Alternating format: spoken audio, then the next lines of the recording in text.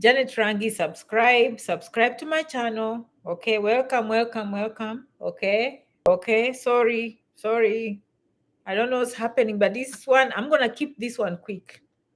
This is what happens when you apply for immigration benefits, because I'm getting so many people asking me what happens, and I'm here to present. I love you. I have to go to bed, guys, so I'm tired. I've been doing consultations. I've been doing those ones in America. Okay, because most of you are sleeping when Janet is busy talking to people. Okay, I was busy doing consultations from work. I was consulting with people who are in America because of the time zones. And some of you now, you're waking up, and I had to call a few of you before you woke up. So that is Janet for you. I love working. I never used to enjoy working, trust me. But I learned a skill, and I realized, hey, guys, this is what you need to do if you want to succeed. So welcome. I love your comments. Today I'm going to talk to you because many people ask me, Janet, apply for a fiancé visa, apply for a marriage visa, apply for a student, not a student visa, but benefit, immigration benefits. I want the green card. Janet, what next? You need to know what happens, okay, and what to expect. So this is what happens. Let me explain to you the process of what happens so we know, because on this page we love information and we love to be informed. Of course, for those who are following me for the first time, welcome. This is Janet Rangi. Subscribe. We love you when you subscribe. If not, please consider following. Okay, check on us once in a while. Okay, we want you to come to America. We want you to go to Canada. How do you get to America? And by the way, after you get to America, when you apply for those benefits, okay, how will that help you? What is this that actually happens in the process? And I know some of you are about to apply the lottery. This is what happens. First of all, let me start with the lottery, because I have to cover everyone. You know, I have to cover everyone. I love your comments. Most of you have come in, which is surprising. I love everyone. So I have to tell you, you're applying for the green card very soon. If you missed the video from yesterday, go down here. Check out the video from yesterday, because I covered to you, or for you to understand what you need to expect. Okay, you need to know what to expect. You need to know how to prepare. Okay, prepare. But this is what's going to happen to you when you apply for the green card. They give 55,000 every year. Okay, you have to apply immediately. Okay, make sure you apply immediately when you win. Okay, and they will give you a letter saying you've been selected for further processing. That is what you will see for those who win green cards. What? You've been selected for further processing. And then that is when you go into the emails, and that's how you know you won. So just to steal to you the secret of what happens. But if you didn't watch the video from yesterday, please consider going down here, subscribe, and watching that video. For the most part, now you come here. Now you've come on a student visa, you've come on a visiting visa, you've come on any other visas, and you apply to the immigration. Most of you ask, how long, Janet? I want you to understand one thing. This is what happens. The title today is what happens when you apply for immigration benefits. What happens when you apply for the green card? Some of you thought maybe it's the green card lottery. This is how the green card lottery, they roll a drum roll, and then they choose, they pick. The chances for you getting to the green card are based on you doing the right thing. Okay, and if you want to know the right thing, you follow Janet, you understand.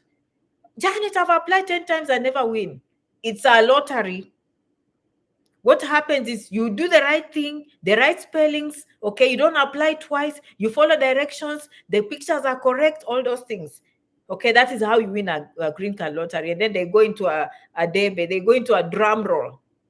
Okay, and then they pick randomly. I'm just imagining in my head, it's a drum. I'm not saying it's a drum, it's selected by a computer system, but it's the same thing. For us to have a visualization of what happens in the computer, we have to imagine it's a drum roll that is going zrrr, and then they pick. You do, and then you pick. And then they post to you. So there's no one who is special. Okay, can I just say, some of you, I don't know which countries you come from. Let me just tell you what happens. Okay, a little bit of our history.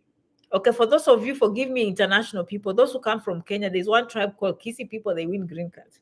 And people never used to know. Now everyone wins. It's not just the Kisi people. But from the story my sister told me, is those days, there are people from Kisiland that went to India. because they would go for university education there. And then when they went to India, they found Indians there looking for opportunities in America. And then the law was passed that, hey, if you win a green card lottery, you can come to America. And then they said, wow, as we are coming to India, and people from India are going to America. So they took that information too back to Kisiland. And so they used to apply for every child in high school and everything. And that became very common in that area when no one else knew the green card. Obviously, who is going to win? Can you imagine when they passed the law, the people that were on the ground who knew the green card is available, they all came. So that is the story of the Kisi people winning. But for now, don't say, I'm not a Kisi, I can't win. No, no, no, everyone can win. Okay, they were the first one to discover these things. Okay, the majority of them came during that season and they reproduced and brought others and helped each other. That is the history of them. If you are Kisi, please correct me, but I'm just telling you. So this is what happens. It's not like they prefer some people, it's not like they prefer people educated. They just, the people that do the right thing, they tell you, photograph, you do this. It can't be older than 6 months, you do that. We need a passport that is written, you do that. We need your names, everything, correct spellings, everything, you do that. The rest is a drum roll, just wait. And when you come, by the way, always, every October, okay, first week of October to first week of November. That's why I'm preparing you early, okay, so you can come on time and get the green card. Don't wait, as I said in the other video, you don't have a passport, go get now. You have children, go take pictures now. You have a spouse out of the country, get that information now. So that when October comes, you are not gotten by surprise. Okay, for the rest, watch that video. So now you apply for these things. Okay, this is what you will hear from the immigration. Any benefit you receive, I want you to write down. When you come to watch the Trangi videos, you write down. I want you to write something called an A number. A number. What is an A number? Anytime you apply for any immigration benefits, be it a spouse or green card, okay, you're applying for a work permit, you're applying for change of status, you receive something that looks like American money. It's a letter that says, we have received your application. This is not this is just a notice. It's not for immigration benefits. This is a notice of approval. So they will write to you that, and then they'll say, this is your A number. Please keep that. Keep that A number. And the title today, what happens when you apply for immigration benefits, because I was in that shoe. I know what affected me. I did not pay attention to the A number. I did not pay attention to the information, the right words, because no one told me. You need to always have the pen ready, have the numbers ready, you have your IDs ready before you call any companies here. I want you to write down an A number. An A number is assigned to every applicant in the immigration. Once they receive your information, they will assign you an A number. Why is the A number important? Because it will help you to follow up on your case. And you say, Janet, how? Okay, you want to know, how long will it take me to bring my spouse? How long will it take me to get a work permit? How long will it take me to change status? How about you just go to uscis.gov and you type in progress or status case, the keywords, right? Write down A number, case status. Okay, now you write the case status, you type in case status, it will come. What is your name? What is your A number? You put in the A number, my friend, you will see the information. And how do you know that they're about to approve your case? Okay, they don't show your details, they don't show copies. I love your comments. Okay, if I don't mention your name, I love you. You don't have to worry about what is in there, but they will show you an A number. You put in the A number, it will bring up your case. Now, this is how you interpret the A number. I want you to pay attention. This is how you know what is going on with your paperwork. Okay, once you punch in the A number and the information they've asked you, it will come. Your application is in progress. Okay, so don't give up. Every month you come back. So now let me teach you something. Okay, there's something else you need to write down. It's called a priority date. What did I say? Priority date. So two things for you to know. Keywords. A number, A as in apple, A number, and what else? Priority dates. And those are important. Let me explain the priority dates. So once you put in the A number, okay, you're going to see a priority date. So let's say you put in application, let's say September 20. They will send a notice and say your priority date is when? September 20. What does a priority date mean? It's a line. In short, it's a line. What does it mean? They will never process someone who came in October. They will process you first. So that's why it's called priority date. Come fast, come serve. That's what it means. That is what it means. So now you come on uscis.gov, you type in there. You know how they have the search button, case number. Don't go typing. Or you can say uscis.gov/case number. Then it will bring you on that website. You put in the information, and then this is how you determine. You put in the A number, then the priority date, you have it down. You know it was September 20. And then you look. We are now processing people that applied January 20. Then you're like, whoa, they are still processing people that applied January 20. And my case is September. It gives you an idea. But how am I going to know how long? You come back the next month. You see, oh, within 30 days, they've moved from January 20 to April 20. It means within 30 days, they're able to process people that applied within 2 months. And me, I'm in September. I think I have 2 months ago, and they 2 months more, and they will reach on my case. So there's a way you can go in there and check your priority dates. Fast come, fast serve. How do you know? You have to know your A number, and you have to know what? Your priority date. Let me give you an example. If I file for my brothers, because I'm a United States citizen, okay, and my sisters, that was 10 years ago, 15 years ago, who knows? When I go in there and I see they're still processing people that applied in 2009, and me applied in 2012, I'm like, oh, Lord, 3 more years. And then I can tell the pace. Another thing I want you to pay attention is the field office. Field office is very, very important. It happened to me. When I came here, I made applications for immigration benefits. I applied using the Vermont office. They will tell you, based on your address, where to apply. Years later, I went to California. I discovered the people that applied in California, their green cards came after 6 months. How long did my green card come? After 1.5 years. But there's nothing you can do because they go by your address. So follow directions. You cannot take a shortcut, or unless you have a relative in another area and you know their A numbers move faster, then you want to use the address. I hope I'm making sense. This is too much information to confuse some of you.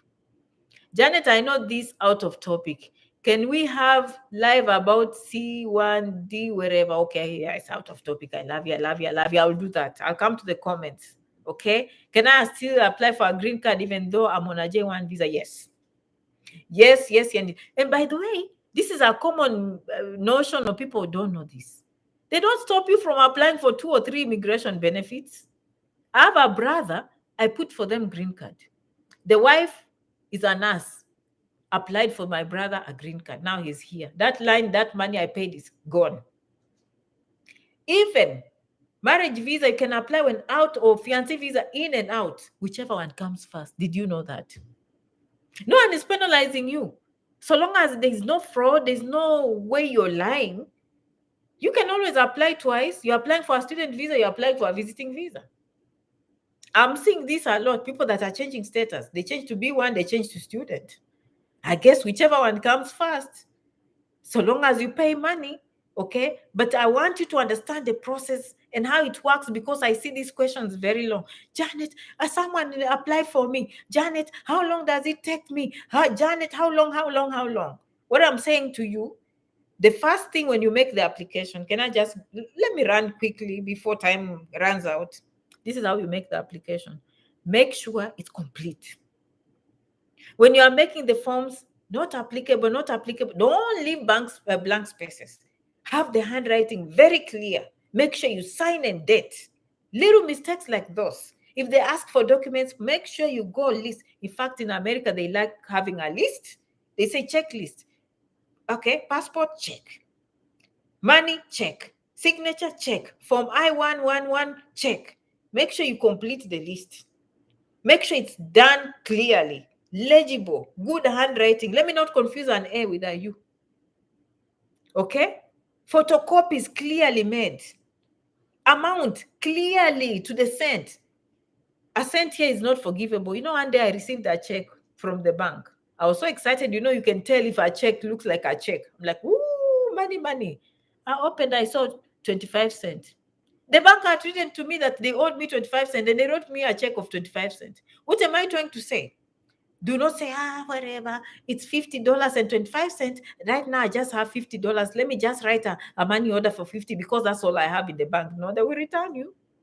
25 cents, even 5 cents is important. So make sure you pay attention to the amount. You make sure you follow directions to the letter.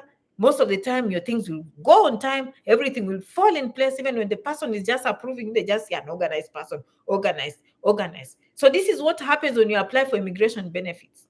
If you don't follow directions, they return. Although some people used to buy time like that. If they don't want to be deported, they don't want their things, they drag their feet. They are told, okay, apply with a birth certificate. They omit the birth certificate because they know the immigration and say, hey, we are missing a birth certificate, and they buy time. Now, as we are not going to be like that, as you are going to submit information exactly how it appears. So the first step when you make an application, complete the way I'm saying, good job, good photocopies, follow directions, submit every document they ask you, they will receive. Once they receive, expect the first notice. It's called a notice. In fact, you'll see up there it's written notice, and the paper always looks like orange money, like your currency. It's a very beautiful paper. It looks like money. It says United States government. We have received your application for change of status. We have received your application for green card. We have received your work permit application. This is not to tell you that it's an immigration benefit, but to let you know we have received it. We will be in contact after 120 days. Keep that. This is your A number. Keep that. This is your priority date. Priority date means they've put you in line, meaning that is the date now officially. No one can come from behind and pass you. Okay? So when they have 8 workers that day, they will put in 8 workers. If someone calls in, then they'll have 5 workers. Okay, they will process however much they have the resources of the workers. So they go with priority date. They start with those that applied in January 1st. They go to the ones that apply February, March, and so on and so forth. Okay, another thing I've noticed, when they tell you 30 days, they mean it. Most of the time, if I apply, let's say I apply for the work permit, this is true story, because I lost my work permit and I had to apply for a copy. They told me we will be in touch in 30 days. They've never let me down. Don't panic, they mean it. They've been doing, oh, but what? It's their mistake. What if they are delaying? If there's their mistake, they will own to that. But believe you me, their computers are so good that they rarely make those mistakes, at least from my experience. If they say 30 days, if you go in the post office 2 weeks. Another thing, expect this. Okay, we will be in touch after 30 or 90 days, meaning don't call us. If they tell you, don't call us, they mean it. If you call, but yes, sir, yes, ma'am, yeah, I see your number. Yes, did you receive that notice? Yes, but the notice said, do not, we will be in touch after 120 days. Do you see that? Yes. Oh, ma'am, I'm sorry, you didn't have to call. We cannot discuss this case unless it's past 120 days. In that case, we are wrong, we will call you. I'm just telling you how these people work so that you don't get surprised. Janet has been there, done that. All these things I've done them. So you cannot call before, okay? You follow directions, and then they will come back to you, okay? So if they say 30 days, more than likely, okay, they will come back. And let me tell you another tip. Let's say you lose your green card, or you lose your driver's license, or you lose your wallet. Always document. Go to the police station. Tell them you lost those documents, because it happened to me. I lost documents and I went to the police station. Guess what? When I was making an application for a replacement, they said, well, we got your application, okay? But show us evidence. Show us that you lost these things. And then I wrote back, because when I went to the police station, they told me, okay, here's your number. If you ever need, just give them this number. I wrote a letter. I typed, I say, yeah, dear sir, ma'am, immigration benefits. My name is so-and-so. You asked for this evidence. I'm here to show you that actually I lost, and I went to this police station in New Jersey, and they told me to always provide this number for reference. In 2 weeks, my work permit was home. And my question is, what if I didn't report?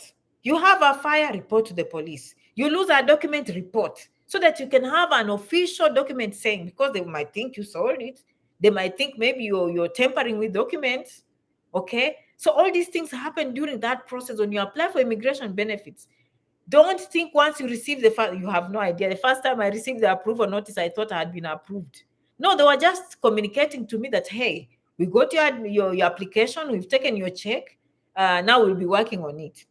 If the process takes 6 months, you wait 6 months, and they will guide you. But meanwhile, you cannot always go online. Even Canada is the same thing. If you don't know and you've not watched Janet, please consider subscribing. But usually it's uscis.gov. Everything immigration in America, you can do it yourself. Or the lawyer can do for you. A lawyer can file for your applications. Or people that are very experienced. If you don't know and you can't afford a lawyer, come to janetrangi.com. janetrangi67@gmail.com. Consultation, voila. Applications for schools, voila. Applications for Canada, voila. janetrangi67@gmail.com. Janet, what is your email? I'm just saying it now. Even on other platforms, I say, okay, this is my email, but people still go in the inbox. I spell now. If you didn't hear my email, please rewind this video. janetrangi67@gmail.com. Of course, if you go to janetrangi.com, you'll see everything that you need. Okay, but when Janet does her videos, she's hoping that you do these things on your own. How many of you have learned what to expect when you apply with the immigration benefits? How many of you now know what an N number is? That is a special identification. How many of you now know what a priority date is? Is to put you in line. Can you keep those two documents and come and check your case status? Yes.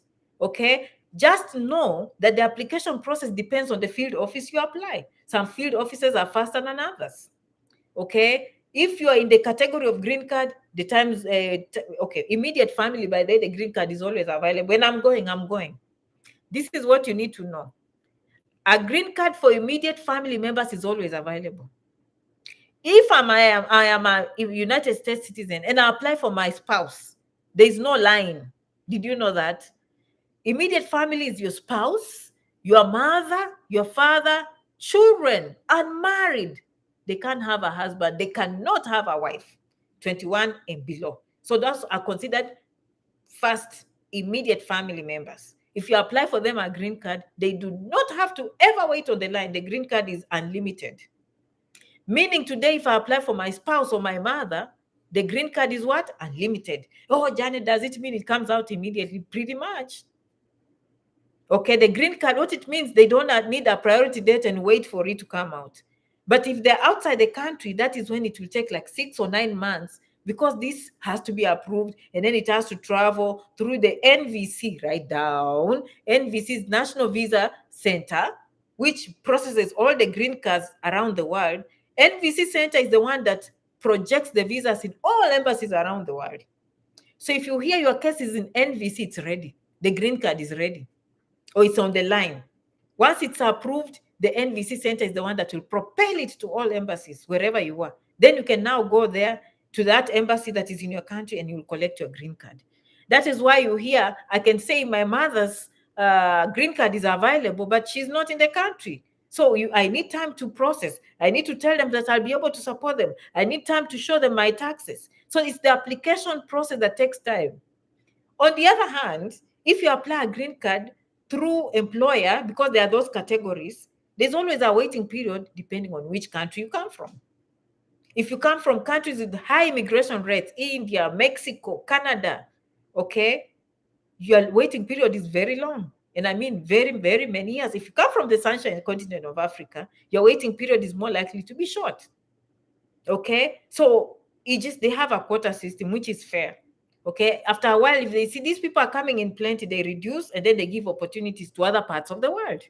Okay, so did you know that? So the title today, of course, this happens when you apply for immigration benefits. I've talked about the terminology. Go back in this video. I've talked about expectations. I've talked about you knowing how long it has remained before you find the results.